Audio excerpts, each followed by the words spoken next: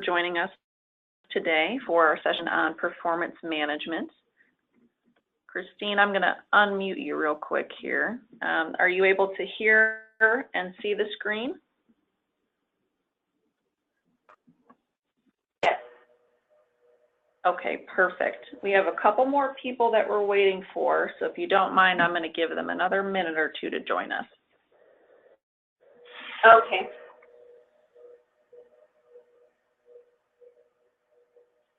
How's your day going so far? Pretty good. I'm glad it's getting near the end. How about you? Same. Excellent. Are you ready for the Thanksgiving holiday? You know what? I'm not. It crept up on me. I know. Trying to Same finish here. I've got some cooking to do, and I always travel back to my parents' place in Michigan, so about 3-hour drive, so not bad. Just gotta get all the dogs in the car, food I'm gonna make, and all that good stuff. And then you're off. Yeah.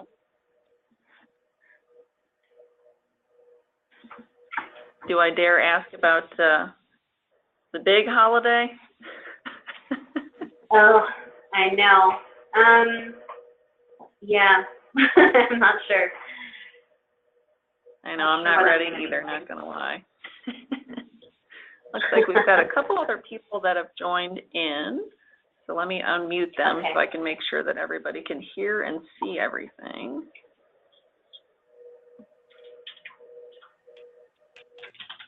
Okay, Karen and Leanne, thanks for joining. Are you guys able to hear and to see the presentation?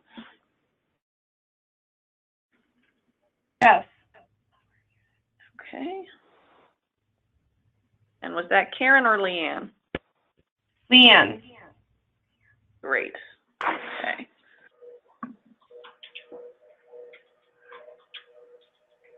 Karen, are you able to hear us and see the presentation?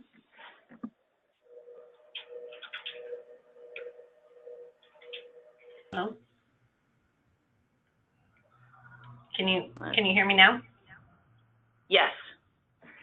Okay. Now I'm working. Excellent. Perfect. I'm not sure how long I'll be available, but I'm just kind of here to listen. Okay, no worries. And we will send out the recording after the fact. And I've got plenty of resources to share also. So you'll be in good hands, and I'm always available if you have specific questions you'd like to talk about afterwards.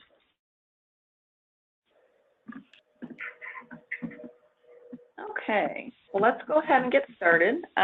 Just so it's a little bit better for everyone to listen, if you guys want to mute until you're ready to ask a question or make a comment, I would appreciate that. So let's go ahead and get started here. So why are we here? Take a minute to read these statistics and check out this little cartoon. So, are you surprised about any of those statistics?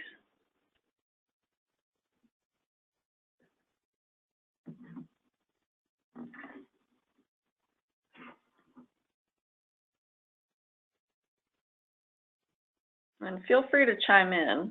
I know for me, I've worked at companies where these feel pretty accurate, and it's unfortunate. It's a little surprising. Some of it surprising. Yeah, that's wow. Yeah. And then I appreciate that both the person giving a review and getting a review are about ready to hop off the ledge there. You know, I think it just goes to show it's difficult to manage performance because it's a whole system of setting and communicating clear expectations, monitoring performance, providing clear and timely feedback, coaching, and occasionally discipline, all while following the procedures and timelines that your company has set. The good news is that we'll walk through several key aspects of performance management today, and I sincerely hope that you'll find some of the nuggets useful for you and your company. I've listed some And we'll be learning able to objectives. get a copy of this? Yes, Sorry, we'll get a we'll copy. be able to get a copy of the topic. Yeah, and we've got Okay, some perfect. articles and some sort of situations and like practice sheets. So I'll send those after the webinar too. So take a look at these learning objectives here. So at the end of today's session, you should feel comfortable with them, and I'll pepper in examples from research and my experience. Do those seem like the things that you're expecting to hear about on today's call? Yes. Okay, perfect. So I'd like to start with this interview question. This is a quote from an interview in 1994 with Dr. Deming. He was 93 years old at the time. He's the man that transformed Japan into a formidable business competitor, but he also had a lot of seemingly novel ideas about managing people. So take a minute and let me know what you think about that quote.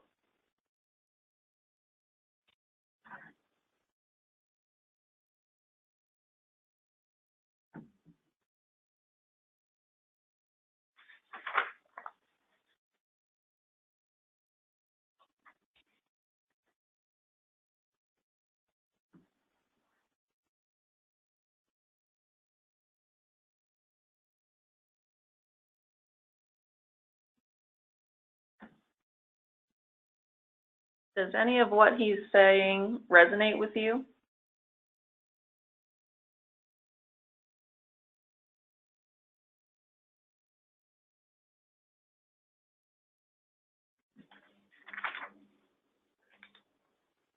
Okay, well maybe we feel like he's a little bit out there, and that's perfectly fine. We'll walk through a little bit more data that I've collected. These statistics are focused on the effectiveness and usefulness of performance evaluations and what's happening at those companies that are starting to shift their process from annual reviews to something a little bit more fluid and continuous. So these are from the 2017 Deloitte Human Capital Trends Report, which I'll share with you guys after the session. So what I love is that last bullet. So those companies that have spent some time to investigate their performance management system and redesign it are seeing improvements in engagement. They're saying it's simpler to execute, and that the quality of conversations between employees and their leaders is higher, which is really what it's about, is trying to get accurate, actionable feedback delivered in a timely fashion.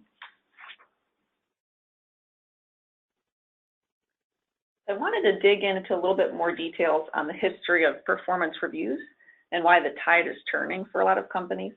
So performance reviews were designed decades ago to meet a specific type of work where there were concrete, discrete, quantitative things that could be measured, like a number of parts produced per hour. But the systems got complicated as organizations grew and the type of work started to change. With technology and the increasing lean nature of organizations, there's a mismatch of the traditional performance review process and the needs of today's dynamic businesses.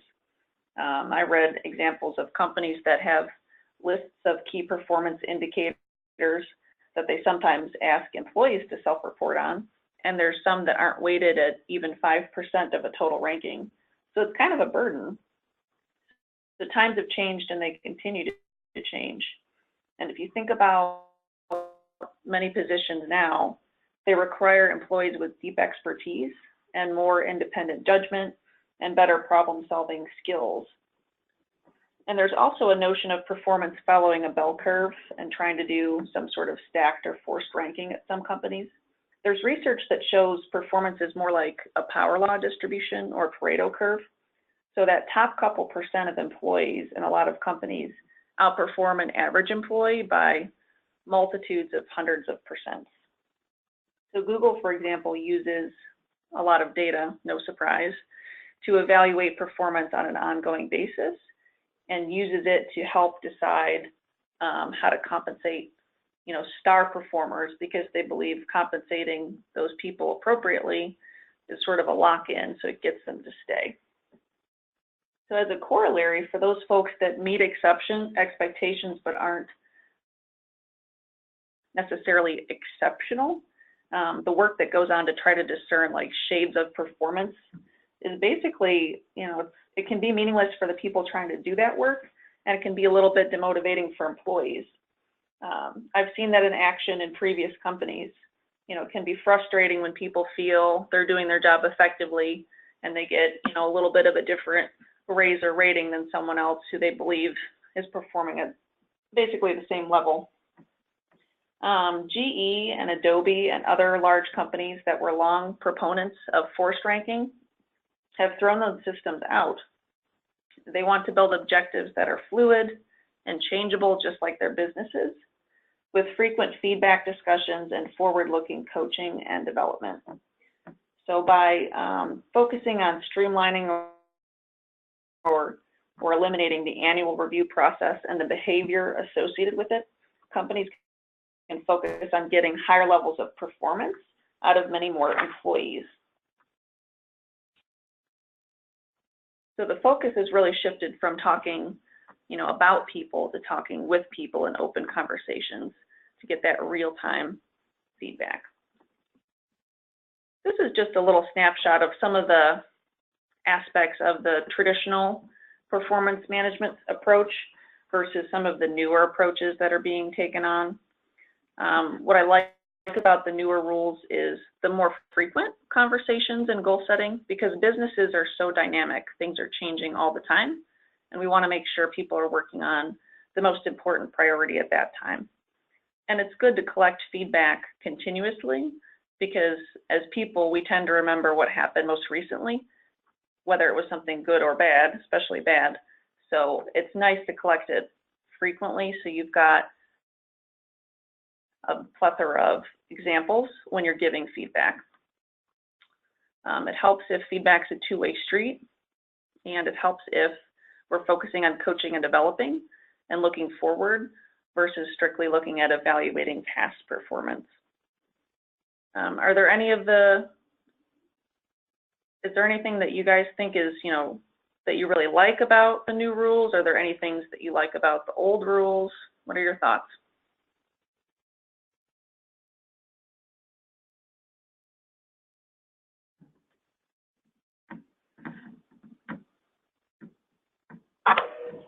I like the frequency, just speaking with them more frequently. Okay.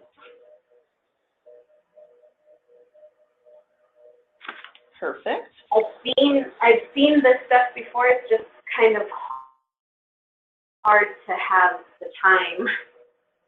Oh, absolutely. I totally agree.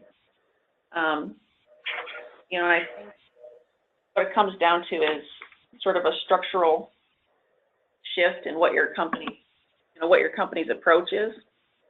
And, right.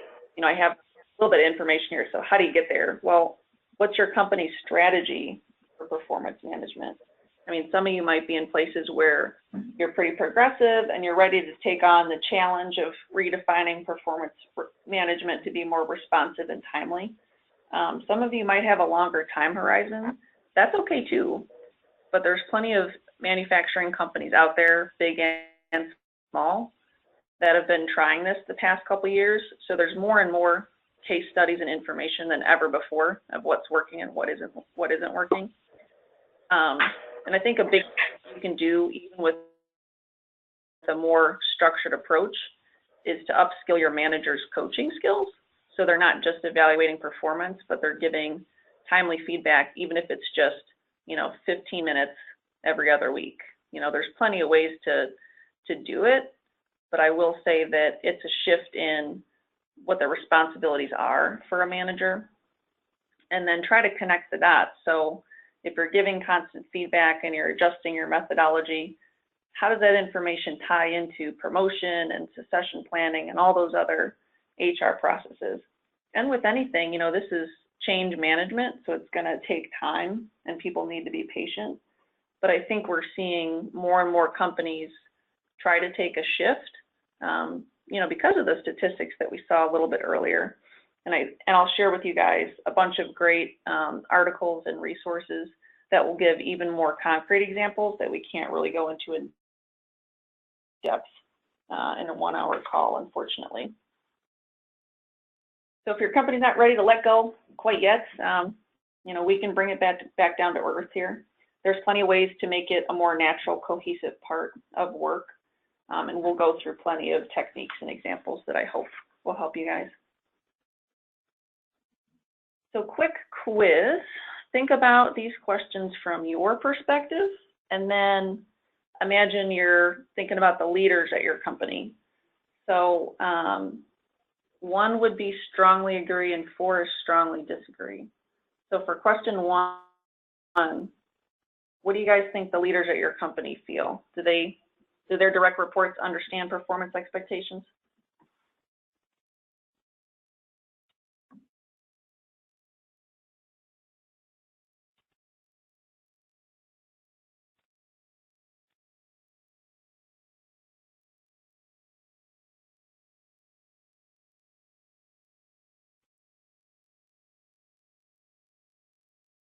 Okay.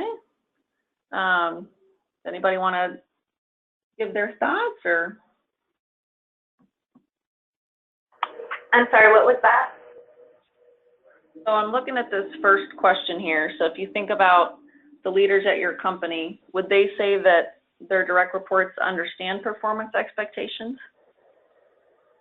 Is it clear?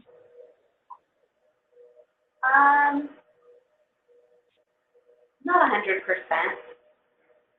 Okay. And that's fair enough. I think, you know, if we're honest, I think for all of us, there's probably some questions that our companies are stronger at than others. So this might be something that you could use as maybe a, you know, a brown bag conversation, or you bring it up at a management meeting at your company and say, you know, let's just do a quick pulse. How do you guys feel about these questions? Because that will help you, you know, as more of the HR person, decide where to invest your training time and, you know, and resources. Okay, so managing people and therefore performance is a science and an art. So these are some guidelines and principles that are generally pretty straightforward, but like somebody said, it also can be a lot of work. So people are the core of a business. They're the ones interacting with customers, thinking of creative solutions, and solving problems. And, you know, I do feel that it's worth the investment of time, energy, and treasure to treat employees as what they are, their resources. There's plenty of methodologies for this. One person mentioned last time the EOS 555 approach, which focuses on quarterly conversations with each direct report and doing it off-site if you're able, or at least away from your phone and your email, so it's a real engaging conversation. There's plenty of other ways to do that. Any surprises on this slide?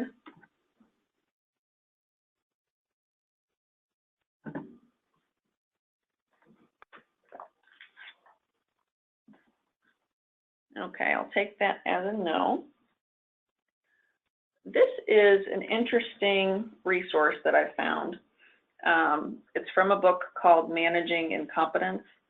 Incompetence isn't meant as a slanderous word in this book.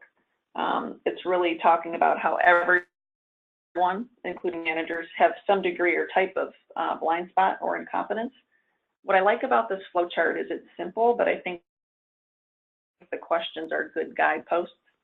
So it can drive the gray out of a performance problem, especially as a learning and development type person. Oftentimes I hear people say the solution to a problem is to train them, but there are many other things besides lack of knowledge that can lead to a performance problem, or as they call it, incompetence. So reading through this flowchart, do you guys think that's useful, or you could see any value at your company with something like that?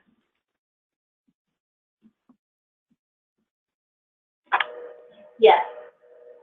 You said the book is Managing Incompetence? Yes, and I have a full list of resources that I'll provide you guys at the end. I will say this book is very small, but it's very dense with great information, along with some humorous stories to keep it kind of engaging to read.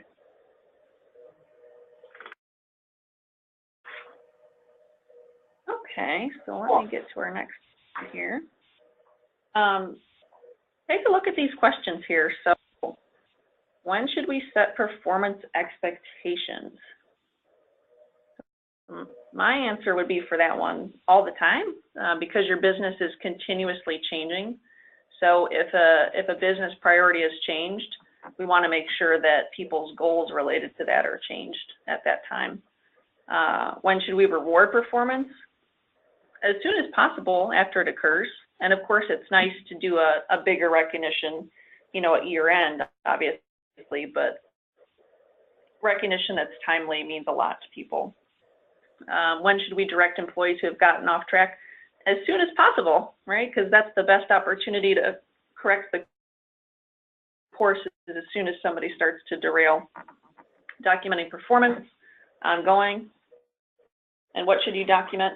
All of it, the good, the great, and the things that got missed. Do you guys agree with the choices that I picked for these, or any that you disagree with? We agree. I agree. Awesome. Okay. So let's move into performance expectations. Sometimes they're called goals or objectives or potentially other names, but they really have the same purpose, setting an expectation of performance. So what does acceptable performance look like? Some of the key criteria: it's achievable, it's based on behavior, so something you can observe, it's clear and concise. Some companies choose to emphasize the how the work gets done, which is tied to behavior. But just be careful when you're measuring the how. For example, a large manufacturing company I worked at, 50% of our performance was rated on the what we achieved, and 50% was weighted on the how. We had a lot of really, really nice people who didn't get a lot done. And they would get the same ratings as people that got an amazing amount of work done, but were perhaps more assertive. So you've just got to figure out what you're measuring and what results you're going to get, because people will always try to optimize whatever system you put in place for measurement. I'm sure you guys have heard of SMART goals before, but I will be the first to admit that sometimes I don't always write SMART goals or really require it of others, so I think it's just a nice refresher. And one of my favorite tricks for formulating a solid goal is to take an action verb plus a task, add the word to, and put the benefit or result. And we'll cover a little bit more detail on goals and go through some examples here in the next couple slides. So I got a question last time about writing objectives for a specific role or a specific person. So I like to think about it in 3 categories. So first you have those core job responsibilities, and those are going to be more maintenance goals or maintenance verbs because they're going to be fairly static. So you should be able to use the job description and observation of work tasks to create those sorts of goals. For continuous improvement goals, they are usually tied to like a business or department or even a machine goal, but they might vary based on the skills and interests of the particular person in the role at the time. And then areas for opportunity are those things that are potentially hindering or are hindering employees from achieving their other objectives or moving to a higher role, that sort of thing. Try to limit your focus on, you know, 1 or 2 that are truly detrimental. Don't try to boil the ocean with goals. And those areas for opportunity are going to be dependent on the person, because everyone comes into a role with different strengths and different blind spots. Do those 3 buckets make sense to you guys?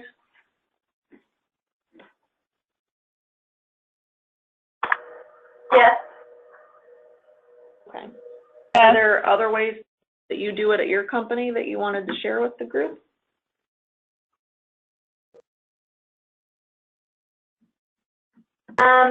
No, mine isn't as structured. They're basically the same. Okay. All right. Now let's just look at some different goals really quickly. So let's look at the first on the left and right column.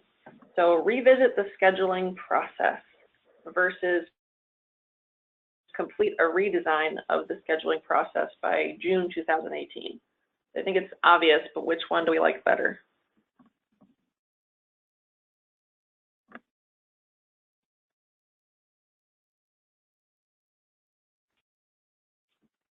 Say the ones in the right column are more aligned with the SMART approach. Oftentimes it helps to work on these collaboratively with the employee. And then it also helps to get that next level leader or that department leader to kind of take a look and make sure that everything's aligned. So once you've got your goals, the next piece is defining ratings. So it's critical to clearly define what exactly meets expectation, what excellent looks like, and what unsatisfactory performance is. This is a conglomeration of descriptions I've seen at many manufacturing companies.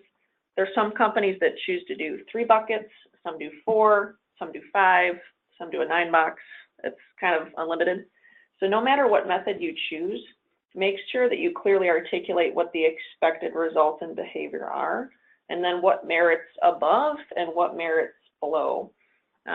So for expected, let's start in the middle. So a person is meeting expectations if they have achieved their major objectives time and time again. They make the right adjustments to daily work based on business priorities at the time. They're an expert within their own area and field, and they take ownership of things that are in their control. And of course, they've got the interpersonal skill side, so they're respectful of others. Excellent, some of the verbs change. So it's consistently delivering beyond expectations. The results add significant value. Always open to others, inspiring the team, acting as a change agent to drive breakthrough ideas. Unsatisfactory, it falls short of expectation in quality and quantity. They need constant direction from others. They don't hold themselves accountable. They've got issues handling conflict, or they avoid it, and maybe they aren't as emotionally intelligent. So everybody should get information on their objectives and the rating scales every year and be able to ask questions. And as you get new managers or promote people to management positions, it helps to sit down with them and walk through, sort of the processes and the forms. And if you have frequent changes to your management team, it might be worth doing kind of what we're doing today, but with your own forms and processes, maybe a little webinar or something that you can record, and then folks can watch that, and then you can have conversations with them about any questions. So let's move into a key aspect of performance management, which is feedback. So I'm going to pull up a video. I'm going to warn you in advance, it's very cheesy, and the characters are a little bit weird, but I want you to pay attention to the dialogue. Let me get this queued up here. Can everybody see the video? For the little guy here? Yes. Okay, perfect. Here we go. Come in, John. It's time for your annual performance review. The results of your 360 are in. It says you are great, outstanding, and fantastic. This makes your performance score average. Any questions? How can my score be average if my feedback was fantastic and outstanding? That is what it says here. Average. You need proof. Any questions? I don't understand. I haven't received any feedback all year. How can I know what to improve? There you go again, making this about you. We have ambitious plans. We want to be the best. We need a strong team. We need engagement. We need you to improve. Any questions? How can I improve if I don't know what to improve in? Can you give me some specific direction? Can you give me some personal feedback? Can you guide me? I'm disappointed with your lack of engagement. Are you actively disengaged? I thought you were Dr. Jones, not Dr. House. I'm not Dr. House. I want to improve. How can I be engaged if you haven't communicated any specifics or provided any direction? Good. This is a crucial conversation. I have read about these. It is good to have crucial conversations. I'm glad we have had this crucial conversation. You need to improve. Any questions? But how can I improve? You need to get on the bus. If you're not on the bus, you will be off the bus. You need to feed our hedgehog concept to help us go from good to great. Can you feed our hedgehog? Can you hardwire excellence? Our iceberg is melting. Can't you see our iceberg is melting? I don't understand.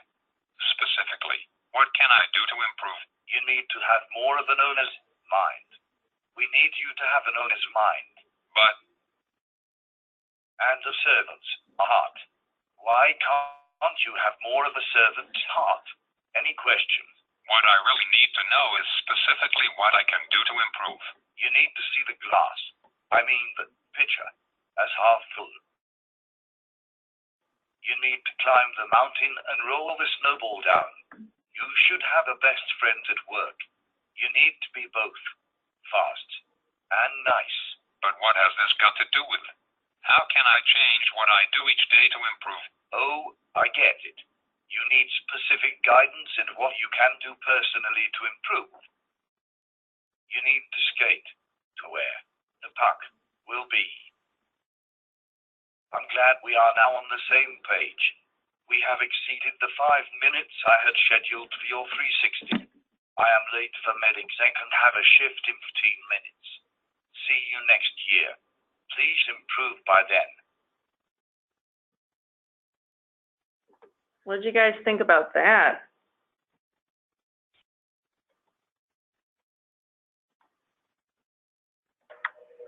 It was funny. It sounded like he was just repeating a bunch of things from books. It was like buzzword bingo for a performance review. So here's what we're not trying to do. Right. All right. So So we're going to go. Other guy. Oh, isn't that terrible? Oh my goodness. We're going to walk through a model here in a minute on giving feedback, and then we'll see another video of people doing a much better job with it. So useful feedback. A 2014 survey from the Harvard Business Review shows that people want corrective feedback more than praise if it's given in a constructive manner. By a 3-to-1 margin, respondents reported that this type of feedback does more to improve their performance than positive feedback. And when asked what was most helpful in their careers, nearly 75% said that they thought their performance would improve if their managers would provide corrective feedback. So some of the attributes of useful feedback are: it matches the expectations you've specified, it's delivered as soon as possible to the event, but at the right place and right time. So if tensions need to cool or there's a big deadline looming, not the right time. If it's in public, not the right place. Make sure the feedback is descriptive and focused on the behavior, and make it actionable and say what you need to say.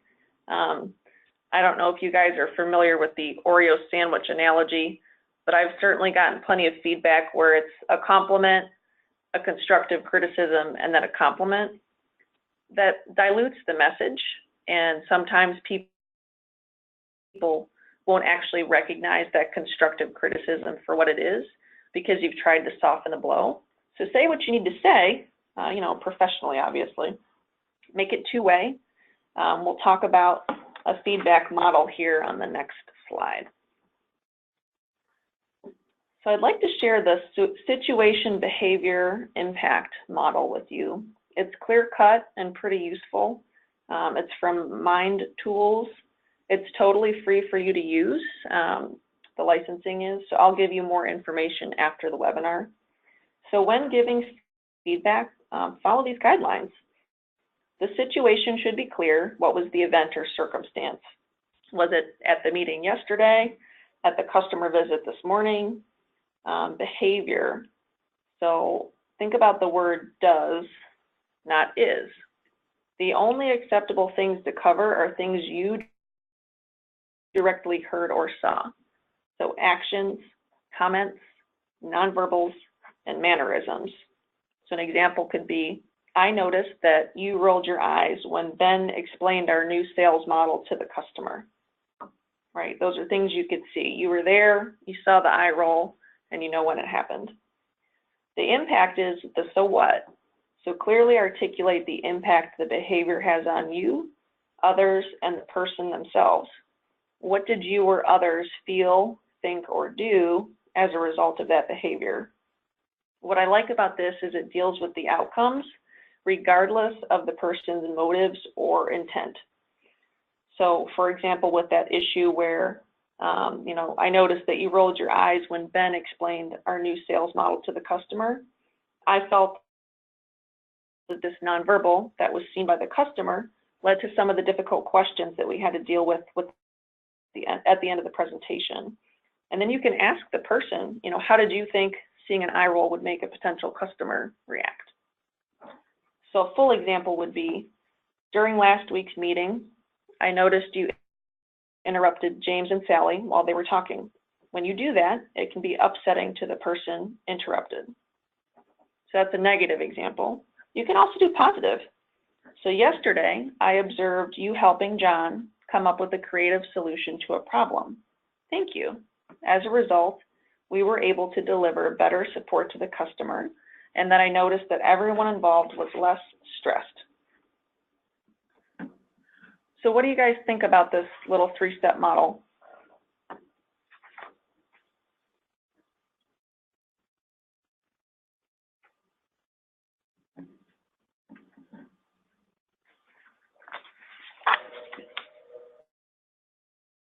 It's good to go by. Yeah, and we'll keep using this. Good. So let's watch a quick video of feedback going a little bit better than the first one. Okay.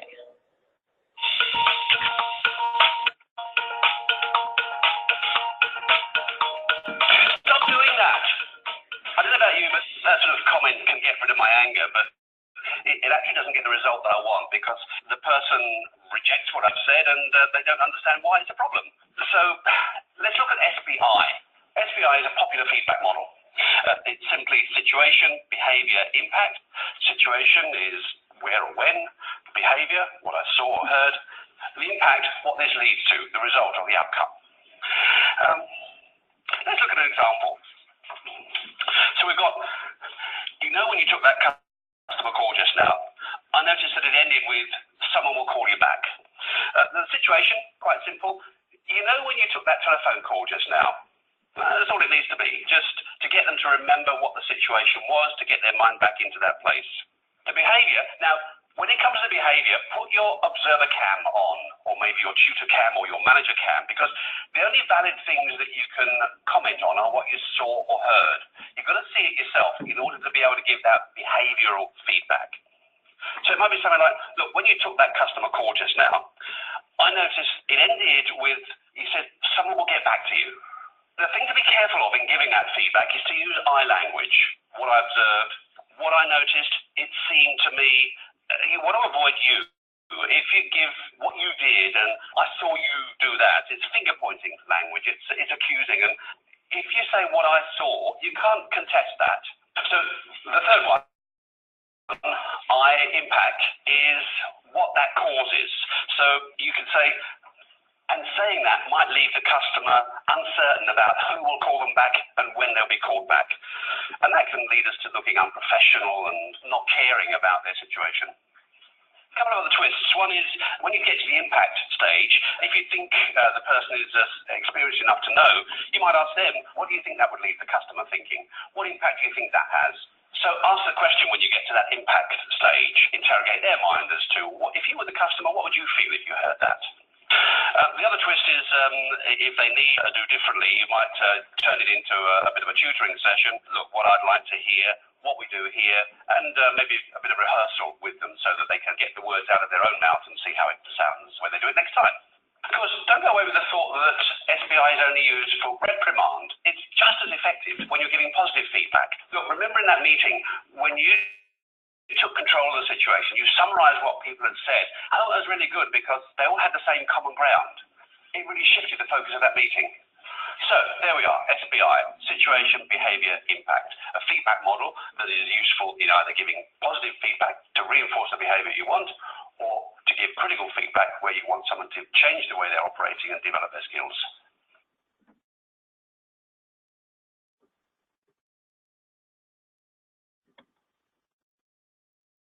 Okay. Did that example help? Yes. Excellent. I thought that was just a really well done video, especially for being as short as it was. Okay. Let's move into documenting performance. You'll see a lot of corollaries to what we've been talking about with feedback. So format and language matter, just like with the SBI feedback model. When you document performance, it's important to be specific. So a quantity, a time frame, objective, so observable actions, words, and nonverbals, and consistent. So you're taking data points from across the appropriate time frame that you're measuring. The performance documentation really needs to be descriptive based on behavior. So it's not a judgment or a story you're telling about someone's motivation or intention. It's just what you can physically observe. It's fact-based. It's good to have specific examples and avoid generalizations. And now's probably a good time to bring up that legal side of supervision and performance management. It's key to document. Be consistent in writing, review it with the employee, do it as soon as the event occurs, and retain per whatever your company's policies is. While no one wants or expects things to get combative or litigious, it's always better to be prepared than to be left scrambling to defend a decision such as a job change or a termination. So let's just do a little quick quiz here. So for Bill, we've got 2 possible pieces of performance feedback. Which do you think better meets the criteria that we've established, the first one or the second one?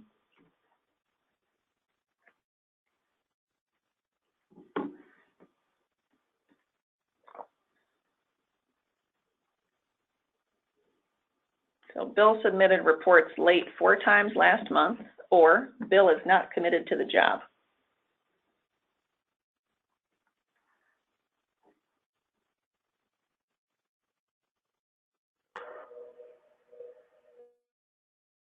What's first? Yeah, absolutely, right? Because that second one is totally an evaluation, right? It's not based on behavior. And then if we look at the second one, so 3 people on Jane's team approached me separately, claiming that Jane does not help them when they ask, or Jane is not a team player. The first one is data-driven, it's observable behavior, and it's not a judgment. So kind of like we saw with the SBI, it's a statement of fact, and it takes out some of the emotion around it, because you're not making a judgment. You're saying, here's what I saw. Now let's figure it out. And then for Donna, they're both positive, but the first one gives more specific feedback that will help Donna understand what the exact behaviors are that she should continue to do and do more of. So she calls out important considerations. She provides examples of similar problems versus just she's the go-to person for solving problems. For Kyle, we've got another example of an evaluation versus a fact. So he's behind on his project plan for project X versus not working to his full potential. Okay. Quick little quiz here. So when you see the word often, what percent of the time does that mean to you?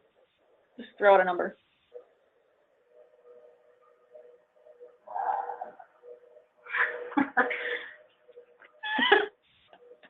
There's no wrong answer. 75. Okay. Any other takers? Not specific, it's hard. Okay. Well, you guys are quick studies. So what I was trying to show is people define very common words differently, potentially differently enough we're giving feedback using those words might not have the intended meaning or consequence to the person you're delivering it to.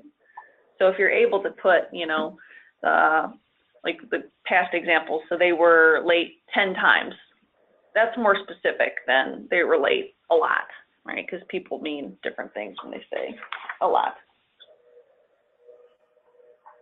So, steps to a successful performance review. As with most processes, different people or experts call the steps by different names. This is one that I found helpful when it comes to conducting an effective performance review. And I'll share some handouts with you guys afterwards from the Association for Talent Development that walks through a lot of these steps in more detail. So prepare. Let your employee know how important this conversation is. And this is an interesting one, so try to dress nice. You know, most employees and managers find performance discussions to be stressful, and they're an important milestone, especially if it's that year-end review.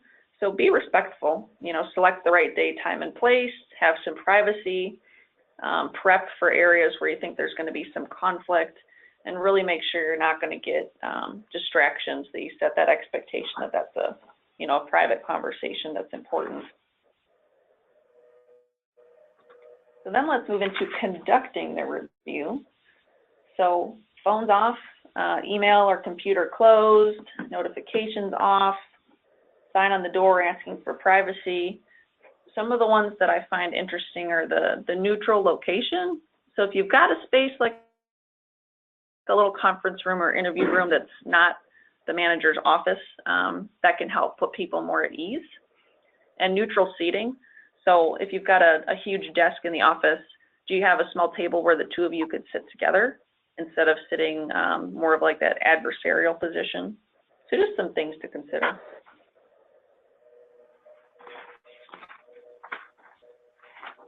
So while performance reviews are indeed a two-way street in that you want to get honest feedback from the employee, at the end of the day, manager is the manager and they have authority. So it's important to set the, frame the conversation. So we're here to discuss the review. We're not really here to debate or come to a consensus. Here's what I'm expecting. What are you expecting? So kind of set the stage. And then it's helpful to get the employee's self-appraisal. And here are some questions that help get them to talk about it. So reflecting on your performance, what are some of the accomplishments you're most proud of? You know, where do you feel that you've grown or developed compared to last year? If you had to look back at this year, what would you do differently if you had an opportunity to redo something? And where would you like to develop further? So hopefully, once you get that self-appraisal, you'll have a lot of things that match what your perspective is on their performance. So things where you have a positive evaluation for them. Reinforce where your perception matches their self-perception. Add to the list if there's other good things they've done that maybe they didn't highlight. And then provide 2 to 3 clear illustrative examples. Like that thing about Donna. You know, Donna gives, you know, great insight about, you know, projects A, B, and C that really helped us come to the best decision on D because we avoided whatever, you know, sort of trap. If there's things that are more on the cusp, so there's areas where if they just tweaked a little bit, they really could have some nice momentum. Give specific examples and recommendations. In opportunity areas, some employees are better at self-awareness or being open about what their opportunity areas than others. So validate where your perception matches theirs, if possible, and then provide those clear descriptive examples and recommendations where the perceptions don't match, where maybe you saw an issue and they didn't. It helps to give very specific examples. And then, as we saw with that situation behavior impact model, you know, what we're looking for is, right? Like tell them what good looks like. Then acknowledge their effort and work, you know, thank them, reiterate again their most important achievement, give them one area of future focus in particular, be optimistic about the future, you know, reiterate that they're valued with the company. So your turn to give feedback. What did you like about the process we just walked through? And then as a corollary, what do you like to do differently and why?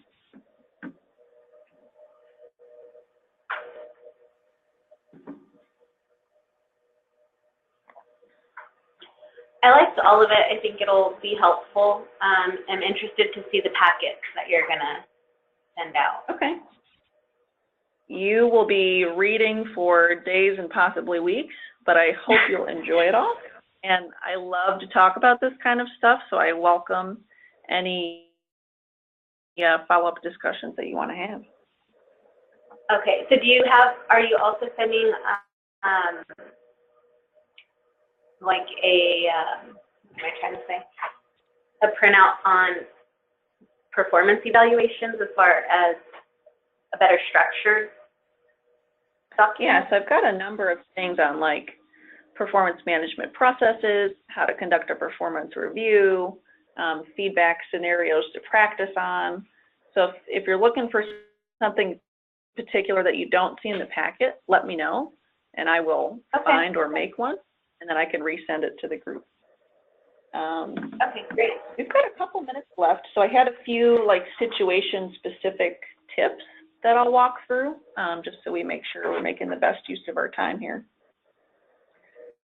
So to handle a specific performance issue, I think it's important that people are getting their expectations clearly communicated to them up front. So you've got to notify people of what you expect, and you need to know what good looks like for that particular role. And then don't let the bad behavior go on for too long. So warn them, right? They're not meeting expectations. You can use the situation behavior impact approach. Hey, I just heard you get off the phone with, right? You know, I overheard your phone conversation with this customer, and I heard you say that, you know, you'll get the order completed. You know, what it sounds like, you know, we left it kind of open, or however you want to go about it. Say, what do you think the customer might think is the next step? Well, they're going to complete the order. Okay, well, you know, here we try to make sure we've got a set time frame of 3 days or whatever it is. So you can give that coaching right away. Let the employee tell their side of the story. Maybe there's other things going on, kind of like that managing incompetence flowchart. Maybe there's something going on at home, and that doesn't excuse the behavior. But if it's somebody that generally has solid performance, it's important to realize that people, they bring their whole selves to work. So make sure you're getting their side of the story. Provide an opportunity for them to improve, and make sure that discipline is consistently applied. It's no good to play favorites.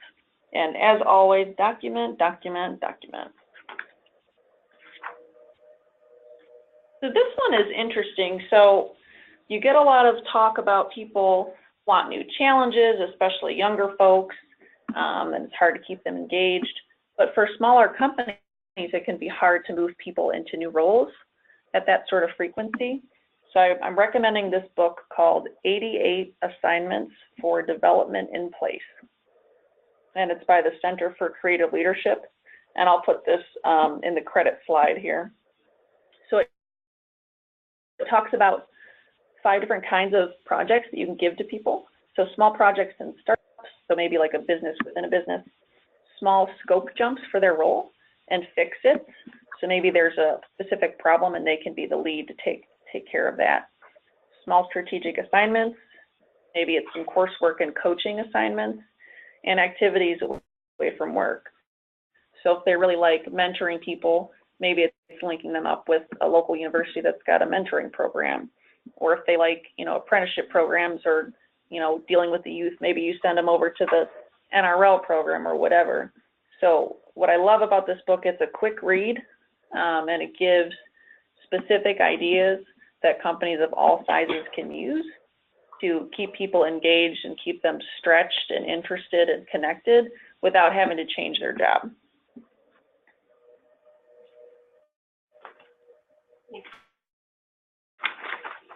And then this one is the situational leadership model. Have any of you heard of that before? No, I haven't. Okay. All right, so I'm going to ask you a question. So if you reflect on good managers you've had in the past, maybe there was ones that you liked because they were supportive and engaged with you, or maybe you liked it because they left you alone. And then think about bad managers. Maybe there were some that micromanaged you, or maybe there were some that were never there when you needed them. So if you think about it, depending where you're at in terms of your comfort with the role, the management behaviors that work best for you will be different. So managers that meet people where they are will be far and away more successful, and their employees will be much happier and productive. So the situational leadership model from the Center for Leadership Studies focuses directly on that. So if you've got a person that's very competent in their role and they're committed and they're driven, leave them alone for the most part. But if you've got somebody that, you know, is not that committed to the organization and they're okay at their work, they're going to need a little bit more coaching approach. When there's folks that, you know, they're not that good at their role yet, but they really want to do well, then you're going to have to direct the work more. They don't need as much coaching, they just need more hands-on direction of here's how to do the work. So this model, there's a bunch of material that you can find online pretty easily through the Center for Leadership Studies, and there's trained facilitators, you know, around the country and the world that do seminars on this. But I think, you know, statistics prove that people don't leave companies, they leave their bosses. So the more that we work to get managers upskilled in coaching and managing people, I think the better results that we'll all get. So, and you as an HR person, really it's setting that clear defined schedule. What does performance management look like at your company for both the leaders and the employees? You know, hold those leaders accountable to the process and make it known that you guys are available for guidance and support. So we're getting up to the end here. So this is just a recap of the objectives that we had set out before we started today. How do you think we did?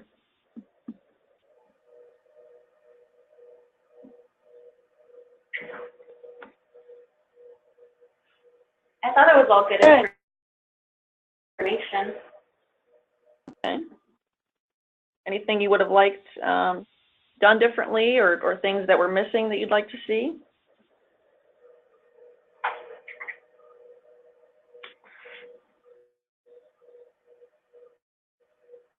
No, I think what I expected somewhat. Okay. All right. Well, I really appreciate your attention and participation in the session today. It was definitely a lot of information, and there's much more out there. I'll be sending you this recording along with articles and other resources to help you along your journey. And I welcome any questions that you guys have at any point in time about this or other, sort of HR, workforce development topics. So thanks for your participation. I hope you guys all have a great rest of your day. Thank you. Thank you. Bye. Bye, guys.